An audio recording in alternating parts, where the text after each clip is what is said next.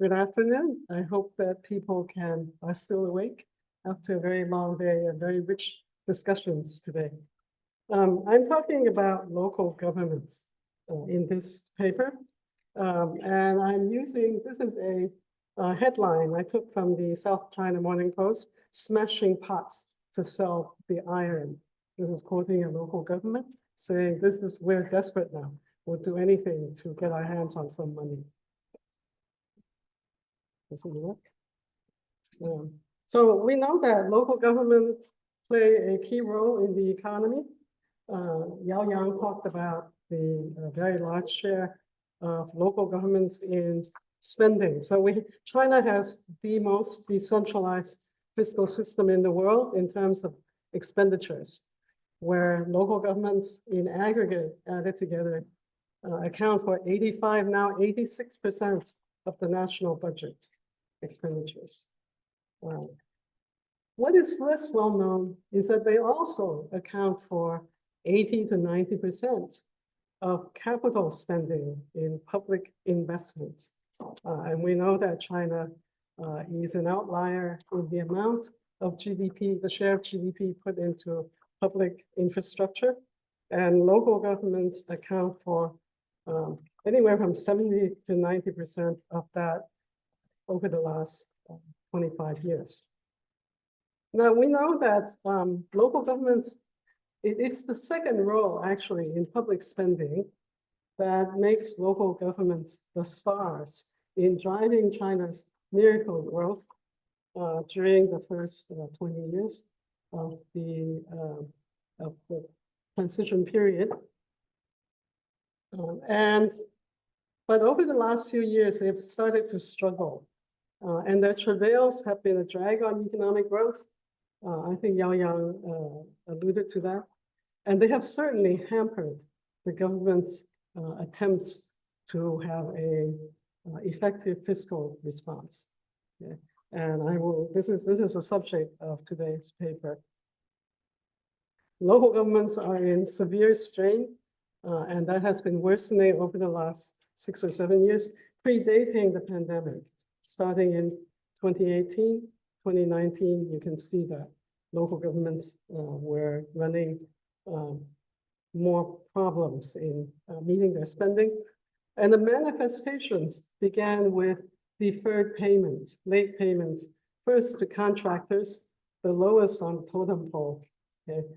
Contractors, bus companies, construction firms, cleaning services, where people started complaining that their pay has been delayed by 6 or 7 months, or they're not getting a full 12-month salary for a year. And then it showed up in pay arrears to teachers. In the 1990s, we saw a lot of this where teachers complained of receiving salaries only 3 or 4 months late. And then there are increased fines and penalties. I have friends living in Chaoyang who told me that they've been riding the same route from home to office for 20 years, and suddenly they're being stopped and fined for breaking traffic rules. Right?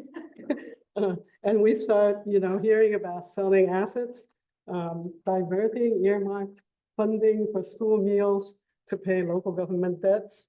Last year, some counties in Hebei ran out of money for fuel, so they shut off central heating to the cities. And bus services have been cut in many, many places and so on. This year, we start seeing a lot of tax audits going back 30 years, chasing companies for back tax or tax violations 30 years ago when the rules were different and so on. And we start seeing more and more headlines about long-distance, profit-driven law enforcement. Okay, where, a case broke last week where a Zhejiang businessman was abducted by 2 people who said they were policemen, and they were driving him somewhere, and he jumped out of the car. And so this, went to the police and reported them. And so it turned out that these 2 guys were actually policemen from another province that is not named. And they were there to try to shake this guy down, but have some payments. And Yang said that every businessman he talks to says that the local governments claim that they owe something, right? And I had started hearing that 2 or 3 years ago. Detention of business owners and managers. The State Council last week just came out with an action plan that calls for local governments and state-owned enterprises to clear up their wage arrears to migrant workers within 3 months. If you count the days, it's just before Chinese New Year. So before they go home, they must be paid. This is a State Council directive action plan. This is the fourth one in the last 18 months or so. And in the first half of 2024, out of the 23 provinces reporting, 16 of them collected more than 1/3 of their revenues from non-tax sources. So the government collects taxes, and then there are non-tax revenues that come from administrative fees, fines, and so on. And that's up from 15–18% the last few years. Oops.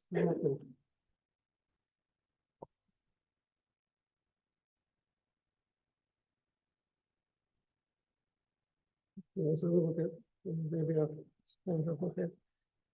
Okay, local government, these manifestations happen at the local level. There are three sources, three big sources. The proximate causes are the collapse of land revenues that began in 2021 and has been deepening, a local government debt crisis that Yang talked about, and a long-term erosion of the aggregate fiscal position of government. Okay. And my argument is that while the problems are manifested at the local level, the root causes are structural and systemic and stem from larger underlying causes in the wider economy. And fixing them will require structural and systemic reform rather than partial reforms aimed at changing local government behavior. Just changing behavior will not be enough. Let me start with the foundational cause, I think, is the long-term erosion of the budget. If you look at the blue line, that's the revenue to GDP ratio, government revenues. And you see the long upward curve going from 2000 to 2012. This is rebuilding tax collection after the 1994 reform. You have a long period of fiscal expansion where revenues grew from 10% of GDP up to 22%. And then it plateaued from 2012 to 2015. And this is when economic growth moderated after that long expansion post joining WTO. And when growth moderated, tax revenues also moderated and plateaued. And then you have a steep fall starting in 2015. Okay. And this is because of a series of tax reform and tax cuts, starting with the Yixiao, replacing the business tax with the VAT, broadening the base of the VAT, during which VAT rates were reduced. And then since then, a series of tax cuts have been implemented year after year. As the economic growth slowed, the government cut taxes to try to stimulate more economic activity. By 2022, I have two numbers there on the blue curve. One is in 2005, when revenue was 16.9% of GDP. In 2022, it fell to 16.9 again. And it has kind of hovered around that level since 2022. The reason I highlight that particular, those years is 2005 was before China introduced a series of social welfare programs, free basic education, universal healthcare in the rural sector and also in the urban sector for non-state enterprise workers, and and non-workers. You have the minimum income stipend being introduced to provide a floor for low-income people and so on. So these social welfare programs added, if you now go to the red line, the red curve, you see that expenditures rose from 18.1% of GDP in 2005 to a peak of 25.5% of GDP. So these social welfare programs together added, I estimated, roughly 8% of GDP to expenditures. And now we're back at the level of revenue collection before these programs were introduced. So you have a big gap, and you can see that expenditures now have been pulled down in order to keep the deficit from growing too big, or 7%, I said. Okay, and then you see from 2020 that the expenditure cuts became much steeper. Okay. And here's a picture looking from the local government perspective. So the 1994 reform re-centralized revenues, so central government took back 55%, but left expenditures the same. So you have a big gap opening up between local revenue, the blue line, and local expenditure, the orange line. And then you have that rise in the share of local expenditures from the social welfare programs. And the gap is filled by central government transfers. Right? This is how the fiscal system was designed after 1994. And that's a picture of what happened to local or central government revenue commitments. So they have to give back some of their revenues in transfers to help local governments finance their expenditures.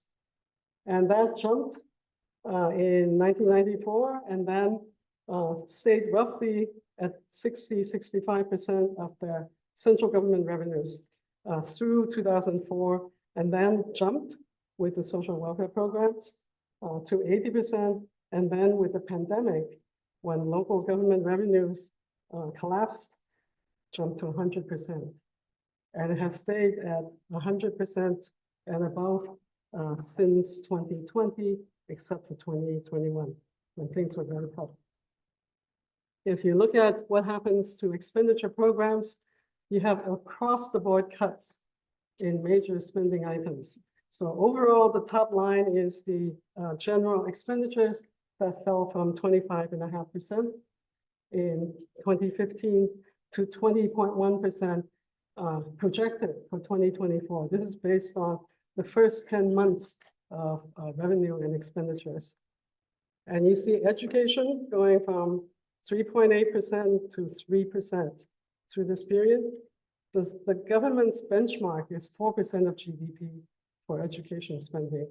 They've never really reached that, but they were close for a number of years from 2012 to 2015, and now has been sliding. If you look at health, you have a little jump in the pandemic period, the COVID period, and now it's fallen again. Environmental protection, a key program under Xi Jinping, also falling, etc. And these listed items account for roughly half of the spending, and they've all fallen. And then a 2022 survey, late 2022 survey by the MOF think tank, the Chinese Academy of Social or Fiscal Sciences, found that most local governments admitted to leaving a considerable portion of policy mandates unmet because of shortage of funding. This is my translation. The fiscal system also grew very addicted to land revenues. Land has long been the key source of financing for local governments in their capital spending. And that began in the 1990s when China began to urbanize rapidly. And cities are expensive. They need a lot of infrastructure. And local governments were left on their own to cope. And they tapped the rising value of land as the principal source of building schools, building hospitals, building city streets, public transport systems, etc., and much else. And they use land revenues, and they depended on these LGFVs that Yang talked about in helping to smooth out the financing curve from land. I can see that Bert Hofman disagrees. He's smirking at me. But even after 2015, when the budget law changed and allowed local governments to borrow, land remains very important and is the main source of funds for investments, as well as servicing both the official government bonds that local governments have and the LGFV debt. If you don't believe me, look at these numbers. So these are the estimated local government investment in infrastructure. Okay. I'm estimating that they accounted for 80% of the 3 minutes, okay. Right. And then you look at the quotas of approved official debt that local governments are now to use for capital spending. This is the open door. Okay, the reform opened the door for local borrowing and closed the back door. But the gap that's left is enormous. If you compare that to land revenues, even gross receipts of land, it's too big. Okay, you can say that maybe local governments don't need to invest quite this much, but they do need to invest something. We can debate that if we had time, but we don't. Okay, let me just jump quickly. So there's a lot of money that's transferred from land now to finance local expenditures. And in fact, you can see that local governments were stepping up the sale of land to get revenues as the fiscal revenues weakened. So from 2015 on, you have stepping up the land revenue receipts in terms of both gross amounts and GDP, share of GDP, and the amount of land funds that are brought in. This is reported on in the annual budget report. Is financing a growing portion of local government recurrent expenditures, was going up to 9% and then collapsing after 2021 or from 2020 on with the COVID pandemic and then the land housing market problems. Okay, so local governments face a severe fiscal crunch from several years back and continues to worsen, from the steep drop-off in economic growth, collapse of land revenues. These are some numbers that I want to keep in mind. 8.7 trillion in 2021, 6.7 trillion in 22, and 5.8 trillion in 23, and on track to be about 3.1 or 3.2 trillion this year. Okay, this is a huge drop in the amount of land available, revenues available. And also they draw significant tax revenues from housing, from the housing sector in VAT, in enterprise income taxes, and the deed taxes and so on, up to 1/3 of tax revenues. And then you have the peak repayment period in LGFV debt in 22, 24, and then the deleveraging campaign that's been underway. And didn't have to fly through this. I think Yang has covered some of this. So I won't talk about this one. Okay, what are we talking about when we talk about local government debt? You have the official debt. You have this is the IMF estimate of augmented debt. So the blue bar is now the official debt. So the left-hand side goes to the right-hand side in blue, and then the LGFV hidden debt. And then you have stuff that's not counted anywhere. So the augmented debt is estimated based on LGFV bond sales.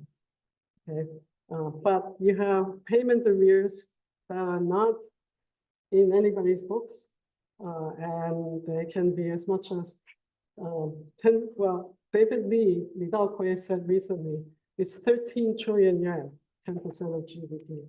That's probably on the high side, but we don't know. because we don't know the informal debts to SOEs, to civil servants, public employees, diversions from social security funds, etc., etc. Okay. The 3 slides I wanted to go through. The debt resolution plan that the government is pursuing is basically this, and it's been true since 2015. Bring the hidden debt into the open, onto the local government balance sheet. Yao Yang said they just need to have balance sheets. They've been working on balance sheets since 2013. Nobody's published any of them, but it doesn't really matter. So the idea is that you bring it onto the budget, shift the hidden debt onto the government budget, and have unified management. Then you can control it and gradually shrink it, and bring local governments back to fiscal health. Here's the problem.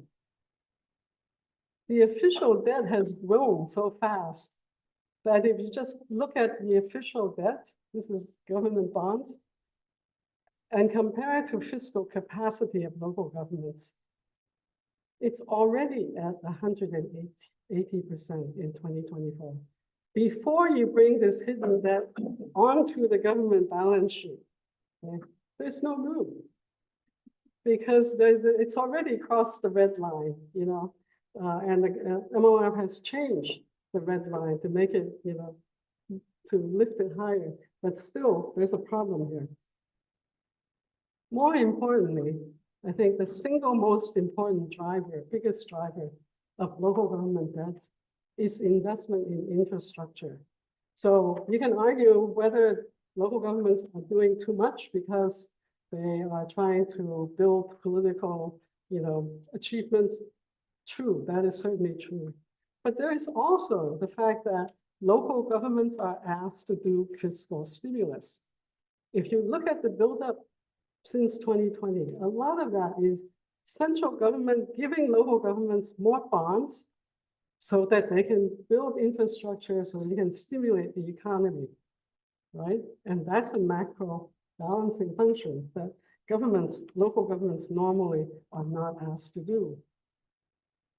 And then just taking that last graph again to remind you that infrastructure is not only the biggest driver of official debt, it's also the biggest driver of hidden debt, because the gap that is left, it's too big. They still have to rely on land and LGFVs, and especially when land has been yielding less and less money, they lean harder and harder on LGFVs. Okay. So until the central government changes behavior, changing local government behavior will not do. So I can stop here. To fix the aggregate fiscal gap, you need to find replacement revenue for those trillions of yuan in land revenues that will not be coming in, because long-term land will not return to the 2021 peak, partly because policy has changed, government won't tolerate it, and secondly, you have demographic change that, you know, the land housing needs will not be growing quite as fast, etc. They need to end the assignment of macro stabilization function to local governments and find a more efficient and sustainable level of infrastructure investment, and assign longer to central government and provincial government, and maybe have some supra-provincial bodies. Yeah. None of these changes will be easy or quick. And as Yao Yang says, in the long run, we're all dead. So we need to think about the short run. In the short term, what should they do? They need to restore health to the housing sector and find the appropriate level of that as a way of reflating the economy and allowing economic or local fiscal stress to lessen. Thank you.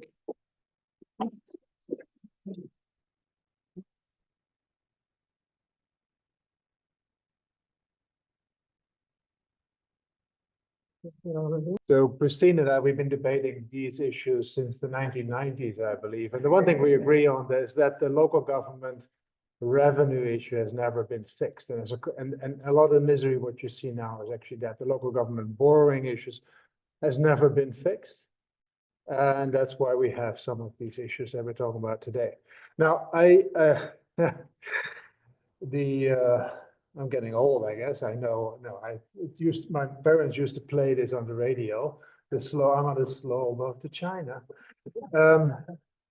And that's really because I've been looking at China for quite a while, and everybody's been waiting for a long time for the fiscal stimulus. If you follow especially the financial press, they've been pushing the government a lot and sort of do the stimulus now, do it now, and maybe it's coming now. And I guess that's what you call it's talking your books, as it is called. But in that context, a slow boat to China, it now means sort of something that takes a very long time. But the original was that you're on a losing streak during your poker play. You're on a slow boat to China means you kept on losing. So that's more how my portfolio looks in China. But I want to talk about why does it take so long to actually do a stimulus in China? And I have tried to give some explanations for that, but it's very much work in progress. I'll start with why should you have a stimulus? And then I'll talk a bit about what has been done. And then I'll talk about why has there been done, why has there not been done more? All right, so this is something I've borrowed a lot from Reuters, from Goldman Sachs, from everybody. That means that I haven't completed my paper yet. But China has a habit of meeting its target set. So this year it's around 5%, and I have no doubt that China will achieve around 5% growth, and it's probably going to be 4.9. Everybody thinks it will be 4.8, so it will probably be 4.9. But irrespective, China has a problem in domestic demand. The expectations have actually been improving. These are investment bank expectations. The gray line is 2024, 2025 is orange, and 2026, which only has a few months of projections, is coming along in. So in 2024, they started projecting in 2022 what will happen in 2024. That's how you should read this chart. And so for a while, they were quite optimistic. It would be 5%. Then there was a valley, if you want, where expectations about 2024 became a bit more pessimistic. But since sort of the end of last year, optimism prevails. And it's something in the order of 5% that now investment banks around the world expect for growth this year. For a longer term, I look at the IMF, and the IMF is actually not very optimistic. Now, the IMF sometimes does projections a little naughty way, just like the World Bank does. It's if you don't reform, you will end up with this kind of growth. Now, this kind of growth is really quite interesting because if you're before the end of the decade, you are at something of 3.5% growth, then Xi Jinping's overarching goal for the new era, i.e. doubling income between 2020 and 2035, will not happen. For that, you need around 4.7%, 4.8% growth on average. So something would need to be done. And part of it is a demand issue, part is a supply issue. I'm going to talk largely about the demand issue. And one of the key drivers of non-demand is actually the consumer. They did okay in 2022 in the rebound, but since then, consumer demand has been petering out. Largely because consumer confidence has never recovered. It has never recovered. Frankly, you can date it. This is National Bureau of Statistics data. You can date it exactly on the Shanghai lockdown. The month of the Shanghai lockdown, you have this collapse in confidence, and it never recovers. More recently, you now have more pessimism around employment data, and we've seen the data, we've seen the statistics, especially youth unemployment. A lot of these middle-class people find out that the expensive investment that they made in sending their kids to expensive universities is not paying off, and it's really is holding back, if you want, consumption, especially middle class, especially higher middle class. The downturn in the property, I don't need to talk too much about it. The more reliable numbers are on the right side, borrowed from UBS. So the construction, the new construction started and completed, so it's all very much down. And this is, well, anywhere between 15 to 20% of the economy. So it's actually surprising that there is still growth in China, given the huge blow for the property sector. But on the right side, I put some prices. They're not the most reliable ones. This is the 70 cities price indicators, where you see in the secondary market, in the existing housing, which I think is a bit more reliable than the primary, you see by now a 20% decline from peak in price. So that is starting to bite. If your pension system is, I'm going to sell a couple of houses, and then you get the message, well, it's going to be 20% less that you're going to get for it, and maybe even less in the future, you become reluctant to spend. The private investors, seeing a future that is not 7-8% growth, but seeing more a future that is 3-4% growth, they don't invest anymore. State investors is different, that is policy driven, but the private investor, aside from the regulatory issues, aside from regulating some companies in the internet sphere and all of that, but there's simply the growth outlook has changed quite dramatically. So if you thought you were going to grow with 6-7%, and then suddenly it's only 4 to 5, you don't need to invest for a while. If you can't invest in your major investment tool, i.e. the property sector, you don't invest. And so you see private investments, basically no growth, and the only growth that comes from the state investors. So, and as a consequence of that weak demand, weak consumer demand, weak investment demand, you get deflation. Now, it's very unfortunate if you have 300% of GDP in debt, total debt existing, outstanding in China, not just government debt, but all debt, if you add it all up, about 300%, not outrageous for an economy, frankly, a bit high for a higher middle income country, but nevertheless, something that you would expect. The UK has 600% for specific reasons. The United States is around this number, but you don't want deflation. What you really want, and what has China done in the past, is you grow out of your debt problems. You grow out of your debt problems and a little bit of real growth, but also a little bit of inflation. The moment that you get deflation, it actually makes the burden of existing debt bigger. If I were the Chinese government, this is what I would be most worried about. Because then it's not just deflation, the burden gets higher, but also if people say, they see the housing, they see the rest of the economy, they say, well, maybe I should wait a little bit with my spending because tomorrow is cheaper than today. And that makes the problem of aggregate demand even bigger. And there's historical precedents for that. I won't go into that. It's not just a China issue, though, this deflation, because deflation is spilling over. China's done one thing really well, moving from an economy focused on real estate that was the driver of growth, but in the end ran out of steam and maybe probably too many apartments, to reallocating a lot to manufacturing. And that's wonderful, except that there's not enough domestic demand. So what is happening is there's more and more export. This is real export volume. This is the Netherlands actually has a central planning bureau. They don't do central planning, but it's called the Central Planning Bureau. In English, they translate it as the Center for Economic Policy Analysis, but the Dutch term is Central Planning Bureau. And they track export volume and export prices. And this is a remarkable chart where you see that since really the peak, I mean, you see the decline. I shouldn't have done that. You see the decline of the few COVID months, but China was up and running very quickly, and they start exporting everything that the world needs, electronics, protective gears, masks, everything. China made it, and nobody else did. So you see a big surge, and the surge goes along with rising prices. That's if you want a good thing. But then at the peak, you see prices starting to decline, and the volumes are going further up.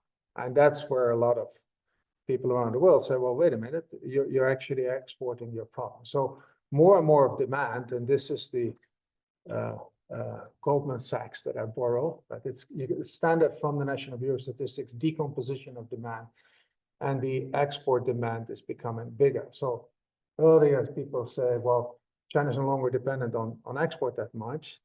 Yes, however, they're dependent on export, on external demand for macroeconomic stabilization. Unfortunately, the world is not that happy about it. And this is a chart that's inspired by two analysts, Brett Setzer and others. China is now exporting almost 2% of GDP in manufacturing surpluses. So looking at manufacturing exports minus manufacturing imports. And that's a bigger amount of manufacturing that the world needs to absorb, twice as big as Japan at its peak, twice as big as Germany at its peak, and coming from a very low level quite rapidly. So that is the issue that drives policy targets. I won't discuss this, but not just from the United States, not just from Europe. It's actually a lot of emerging economies now starting to say, we don't want all this manufacturing from China. And this morning we talked about moving some of this production of electric vehicles and solar to emerging economies would be fantastic. It would solve some of the problems, the trade tensions that you see.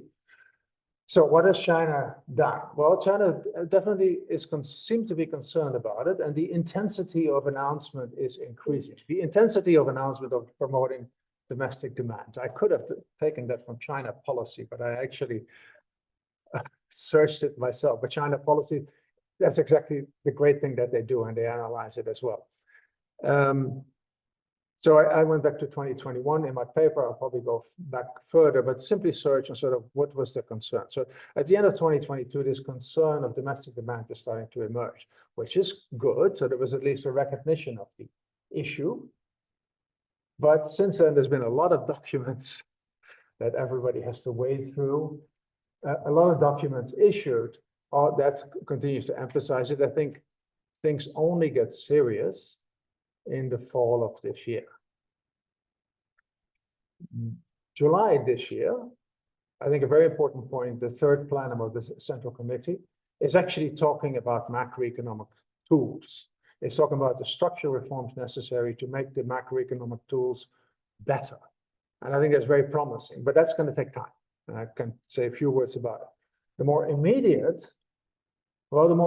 is from the People's Bank, 800 billion to buy shares, basically, a buyback share, a promise of $1 trillion of recapitalization, a lowering of the interest rate, and a easing of getting a mortgage also on a second house.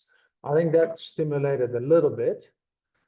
And then you have the NDRC that says we just continue with the existing policy. I thought that was confusing, but I'm sure that had a rationale. And then the Ministry of Finance actually staging a press conference saying, well, we can't say anything yet. But then they had a meeting with the National People's Congress Standing Committee, and they announced basically this local government debt restructuring that has been discussed. And that undoubtedly is by and large good. Young, it could have been better, but it's by and large good. It's a necessary condition, but it actually doesn't stimulate that. So if you look at the numbers, and again, this is Goldman Sachs interpretation. There's an aggregate number on stimulus, all right?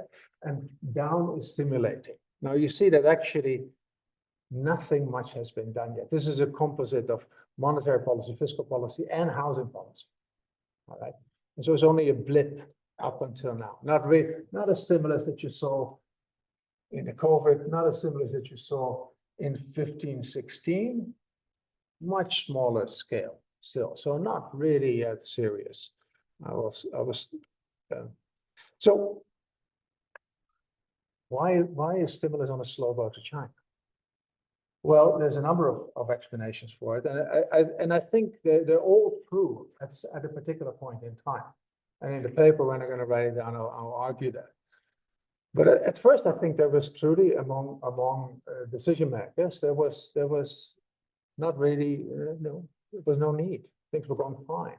the rebalancing of the economy towards manufacturing is fantastic. It adds to national strength. So why worry?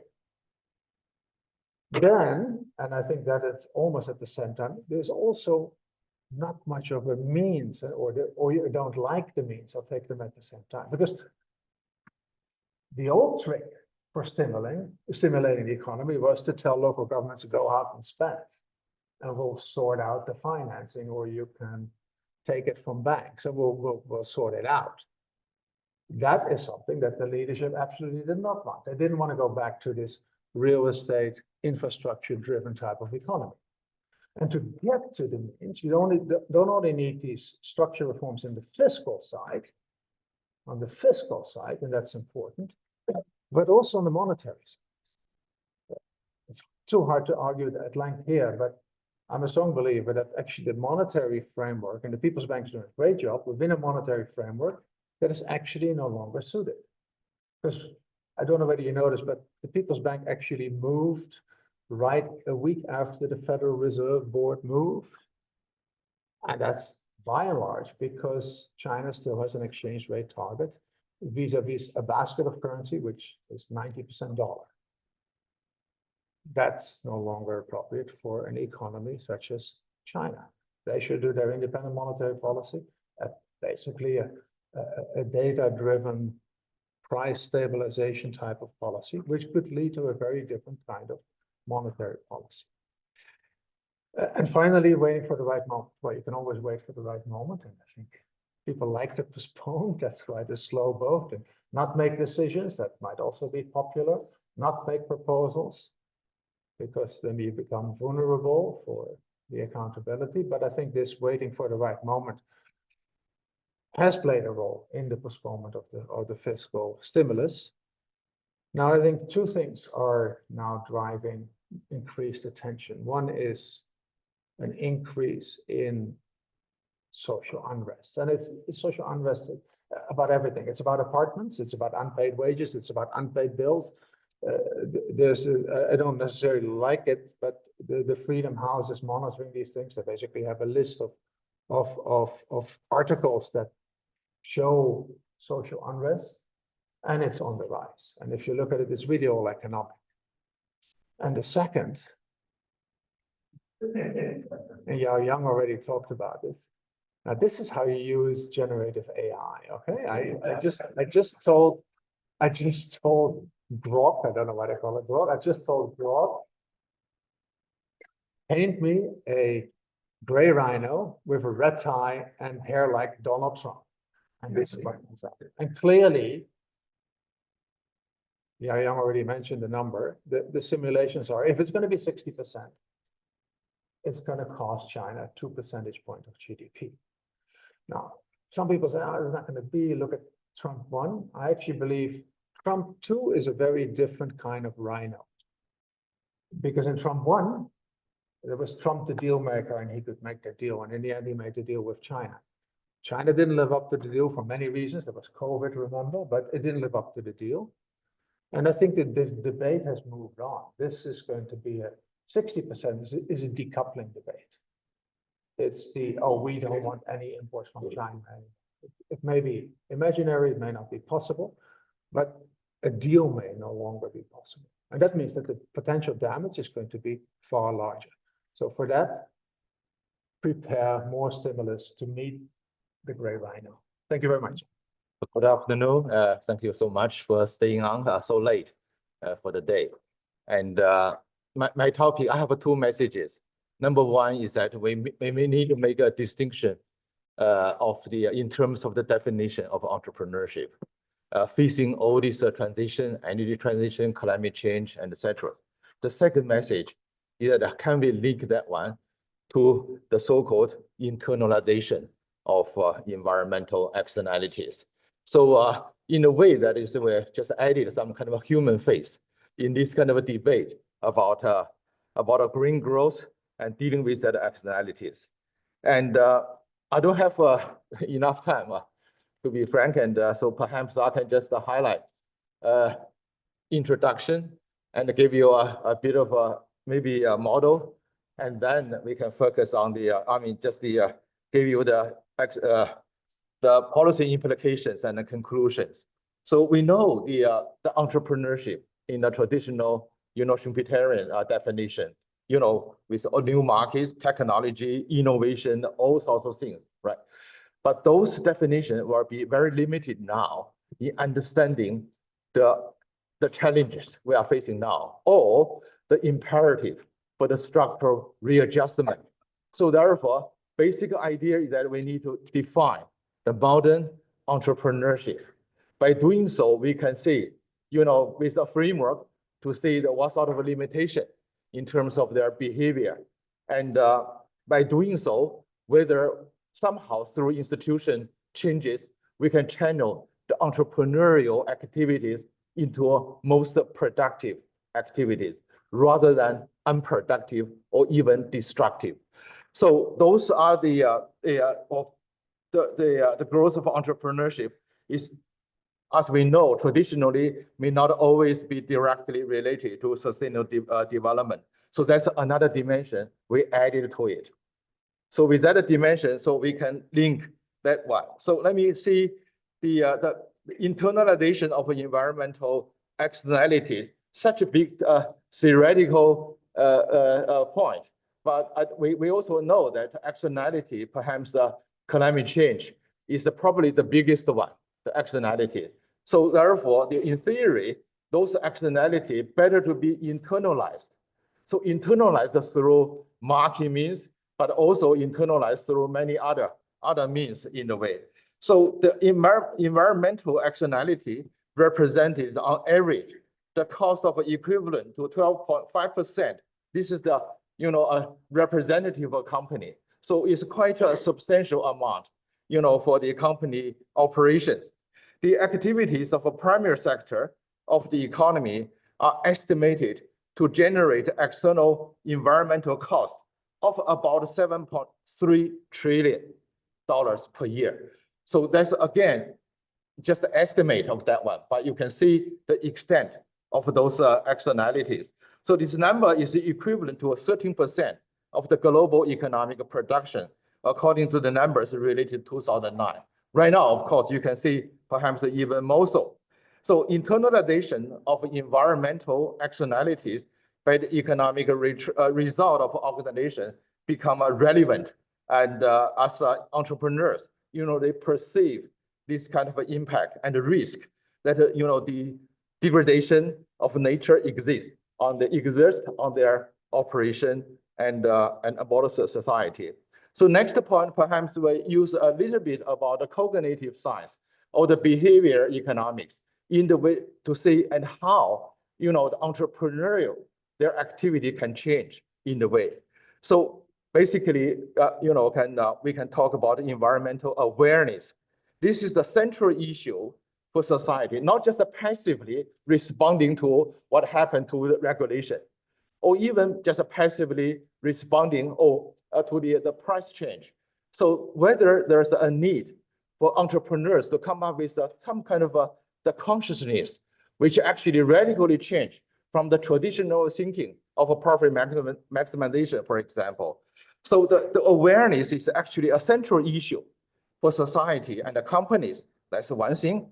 Such awareness becomes a part of the agenda of a corporate board of directors as the impact and the risk of environmental degradation begin to constrain the corporate success or even threaten a long-term survival. So that means they are actually in a way to force the change. But however, we know the internalization process in a way that kind of a consciousness play a very important role in that efforts. So the development of the tools and the methods aiming at a holistic assessment of a corporate performance, taking into account about the internalization of environmental externalities and the improvement in the dissemination of the economic impact they represent become a strategic issue. So it actually out of their consideration from a corporate world in thinking about what is actually imperative in a way for themselves as well. So those are the awareness. The model is rather kind of a simple model, but actually taking into account about all the elements and perhaps we discussed throughout today. And but let me just put in a simple way that entrepreneurial activities can be productive and unproductive or even destructive. And previously, we understand that destructive behavior may be very much related to the not just the violation of a law and or engaging in the criminal activity, but now we can actually link those one to the so-called environmental degradation or the damage to the environment.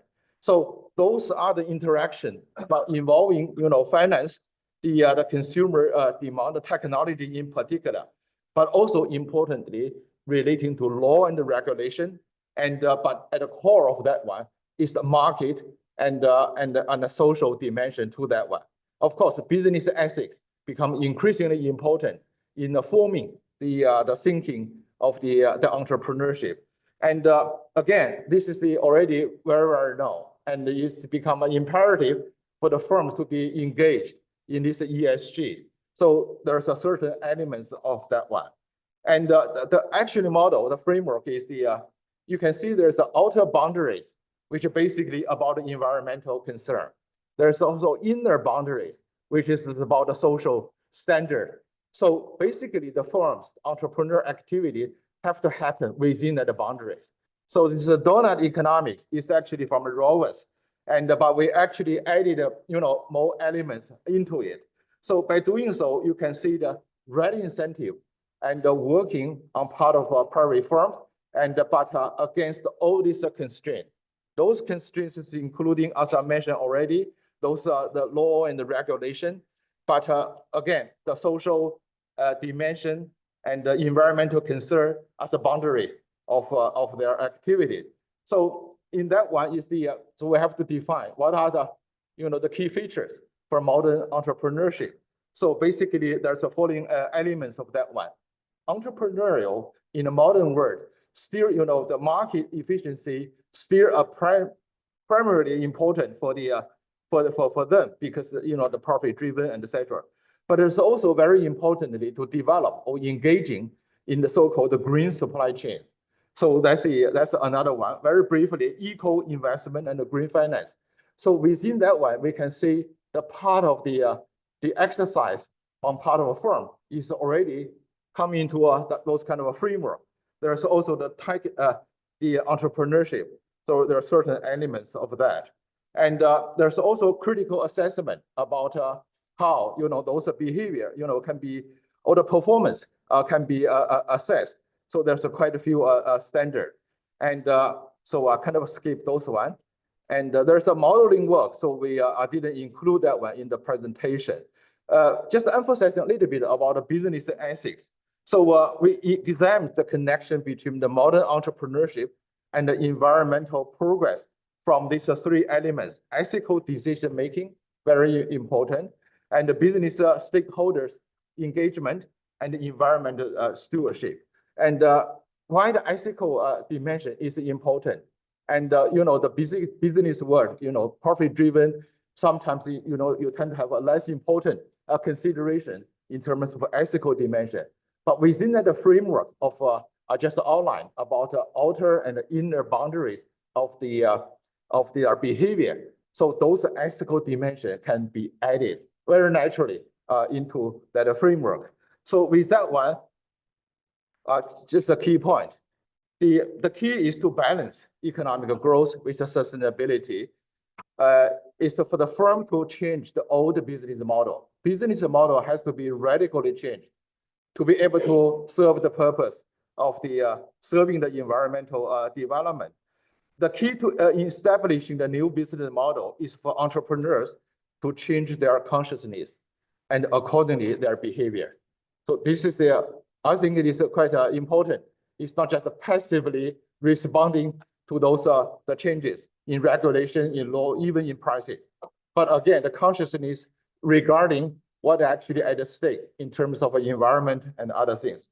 The key in changing entrepreneurs' consciousness and the behavior is to redefine the spirit of a modern entrepreneurship, taking into account about all these elements and to re-examine their behavior from economic, social, and the environmental perspective. So that model taking into account about all these elements So this new perspective requires us to redefine the boundaries between government, market, social, and environmental factors, and adjust those boundaries according to the new development, including technological achievement, but also the new business model. So that's the key messages.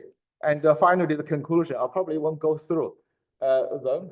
And they play a very important role in promoting growth through the creation of a new products, technology. This is the traditional way. But also the feature of a modern entrepreneurship might be distinct depending on the institution, social, even cultural setting, and anticipating a productive and non-productive and the destructive impact of all these things. Integration of ESG consideration into a modern entrepreneurship is essential to minimize unfavorable effects and create a long-term value for all stakeholders. And institutional change and the regulatory framework as the rule of the game are the most important determinants of a productive environmental outcome. Modern entrepreneurship should not only encompass the commercial aspect, but also the ethical dimension.